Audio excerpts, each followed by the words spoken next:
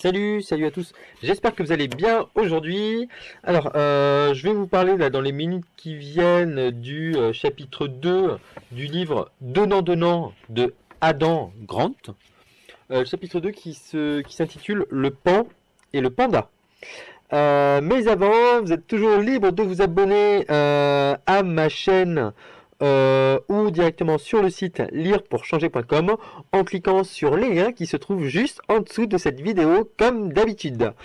Alors, pour en revenir au chapitre 2, le pan et le panda, voici en fait, alors je voulais vous faire un résumé en fait de ce qu'on peut y lire. C'est un livre moi que je vous recommande parce qu'il est il est vraiment très intéressant sur la façon de voir, sur la façon en fait on comprend mieux comment le monde peut marcher et comment nous en fait on peut également s'en servir. Alors, le début du chapitre commence par l'histoire d'un Américain qui s'appelait Kenneth Lay, qui était un homme d'affaires, et en fait, alors cet homme d'affaires américain, il était connu pour avoir un peu incarné le rêve américain. En effet, il avait passé. Alors, je vous fais en fait un petit résumé rapide, hein. Il avait passé son enfance au Missouri et il galérait en fait. Il n'y avait même pas trop d'eau au niveau des canalisations d'eau, c'était un petit peu le bordel et tout.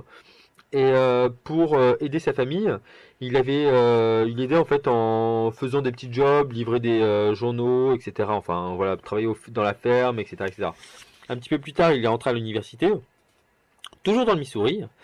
Et il a rapidement en fait terminé ses études au niveau du premier cycle. A priori, il les a passées plutôt de manière brillante. Et il a continué ainsi avec un deuxième puis troisième cycle jusqu'à finir entre guillemets, pardon, sur un diplôme de doctorat en économie. Après avoir fait un petit parcours au niveau de tout ce qui est administration publique, l'armée et tout ça, il s'est lancé dans les affaires. Et il a fondé sa propre société en fait qui a commencé à générer beaucoup de cash. Il faut savoir que c'était 15 ans après la création de l'entreprise. La boîte était évaluée environ à 110 milliards de dollars et la boîte comptait plus de 20 000 employés. C'est dire comment c'était une putain de boîte. Et en fait, le problème, c'est qu'il parle donc de cet homme en fait qui a ce parcours, Kenneth Lay, K-E-2-N-E-T-H, Lay, L-A-Y. Et il faut savoir en fait que c'est par la suite en fait, il a été connu et reconnu comme le principal instigateur d'un gros scandale. Alors moi je ne connaissais pas forcément ici. Si vous vous intéressez à l'économie américaine, peut-être que vous connaîtrez. Mais il était le principal instigateur du scandale Enron. Et enfin voilà, il y avait toute une histoire de magouille. Enfin il y avait une histoire ouais, il y avait de la magouille en fait derrière tout ça. Ce qui fait qu'en fait il a dû déposer le bilan et mettre au chômage près de 20 000 employés, comme j'ai dit un petit peu plus tôt. Et en fait, lorsqu'on s'attarde sur Kenneth Lay, on s'aperçoit, en fait, le chapitre 2 commence par la présentation de ce personnage, parce qu'on s'aperçoit que,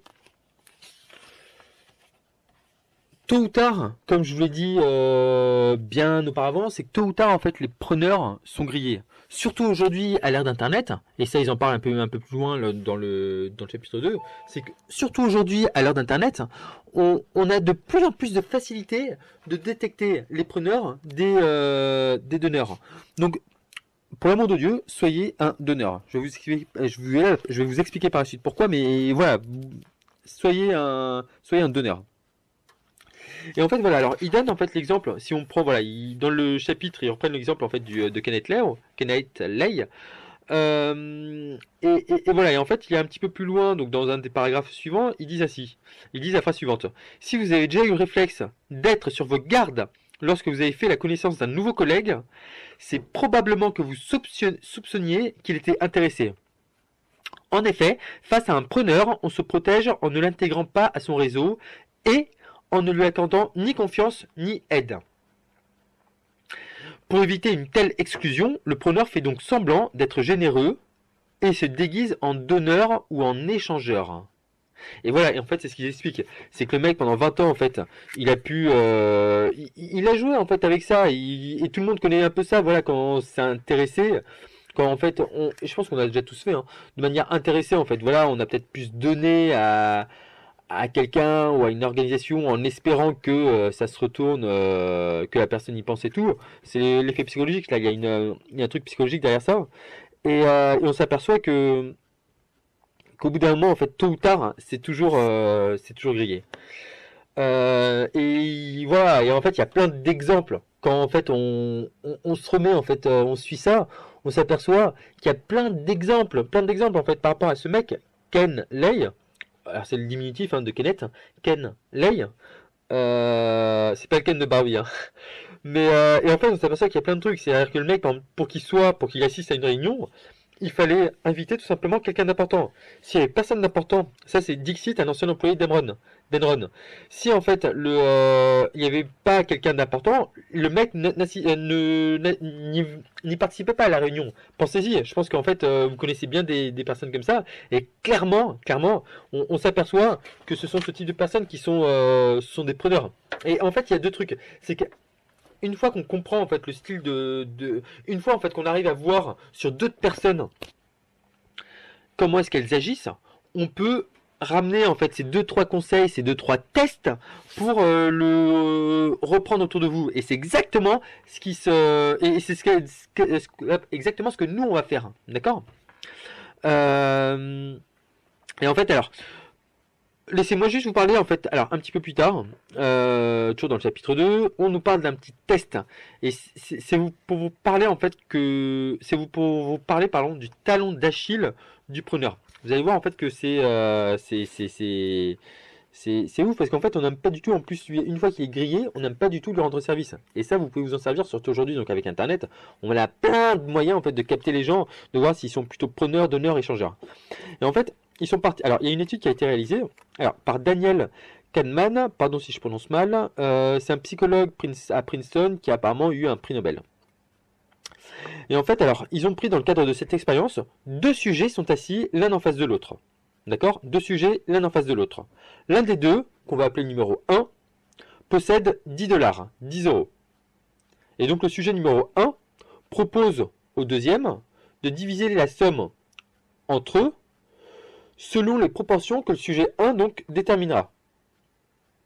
Ensuite, si le deuxième refuse cette proposition, alors aucun des deux ne touchera un sou. Vous avez compris? Le premier en fait a 10 dollars en poche, il réfléchit sur combien est-ce que il va donner à l'autre, combien est-ce qu'ils vont partager, combien est-ce qu'il va diviser ça. Et l'autre dit oui ou non.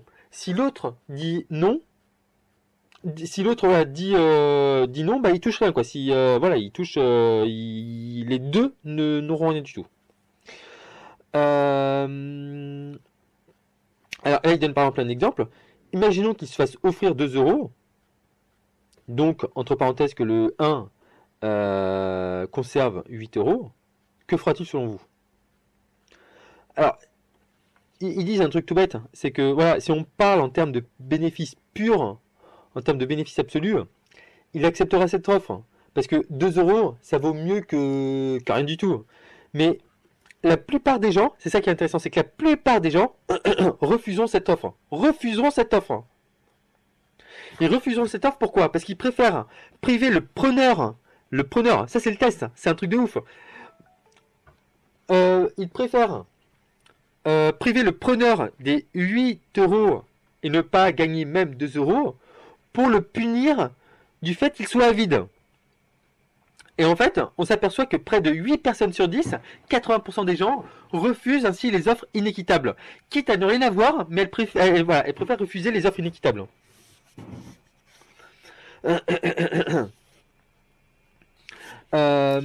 C'est quand même intéressant. Et en fait, alors, on s'aperçoit par des études, elles sont intéressantes les études psychologiques parce qu'elles nous permettent de comprendre la façon qu'on a en fait de fonctionner, la façon dont on est câblé. Et clairement, on s'aperçoit que quand on prend tout ça en fait, on remarque que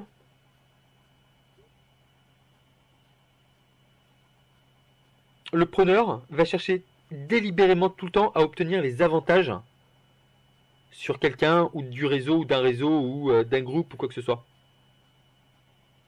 À partir du moment où on cherche toujours quelque chose, on demande, on prend sans rien recevoir en retour, ça ne peut pas aller sur le long terme. Ça ne peut pas aller sur le long terme. C'est tout bête, mais pensez-y pour les gens qui sont autour de vous et pour vous-même. Comment est-ce que vous agissez aujourd'hui? Maintenant, il y a un autre en fait truc intéressant, c'est que regardez, et ça ils en parlent également dans la continuité du chapitre 2, c'est que le preneur a une tendance à être imbu de sa personne. Le preneur est nettement plus susceptible d'utiliser les prénoms de la première personne du singulier plutôt que ceux de la première personne du pluriel. Ça veut dire que les gens préfèrent dire je, moi, je, plutôt que nous, notre, nos, etc. Vous comprenez? C'est des petits signes. Mais ensuite, voilà deux signes en fait qui sont simples. Mais pourtant en fait qui peuvent vous aider à détecter les preneurs. Et si vous en êtes un, changez de suite, hein, parce qu'on je pense comme ça, alors là c'est comme ça à chaud, je me dis que sur certains domaines, on est certainement tous aussi des preneurs.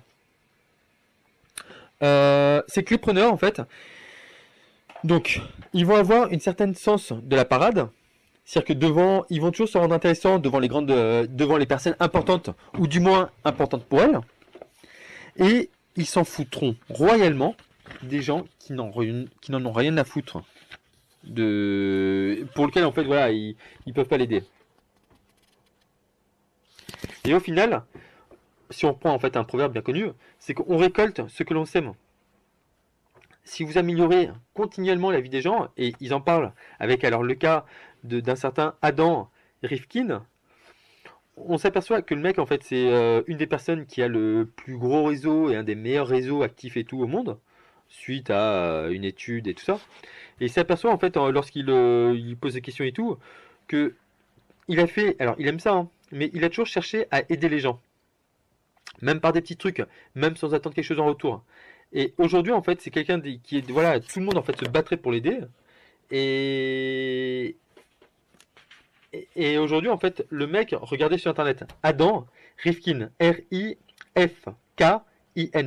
R-I-F-K-I-N. Vous verrez en fait, vous allez voir. Allez sur son profil LinkedIn, vous allez voir, c'est un truc de ouf. Et en fait, à contrario, ce mec par rapport à Kenneth Lay, c'est que il va toujours chercher, il s'en fout un petit peu de la réputation, mais il va toujours chercher à aider les autres quand ils en ont besoin. Et même s'ils n'en ont pas forcément besoin, il va toujours chercher à les aider. Et dans le cas où en fait on l'aide, il va essayer de rendre au quintuple ce qu'on lui a donné. Il cherche toujours en fait à donner, à être dans une position voilà, déficitaire entre donnant et prenant. Et en fait aujourd'hui les gens en fait sont tellement redevables de sa personne que ils feraient tout pour lui.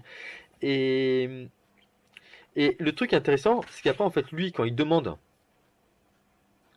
qu'on l'aide, c'est pas forcément la chose la plus intéressante, c'est que c'est même pas forcément pour lui, mais c'est pour son réseau. C'est-à-dire que c'est en fait, on rajoute de la valeur toujours au réseau en fait qui se constitue. Il va chercher en fait voilà à aider comme ça, et c'est une boucle vertueuse de fou quoi, de fou.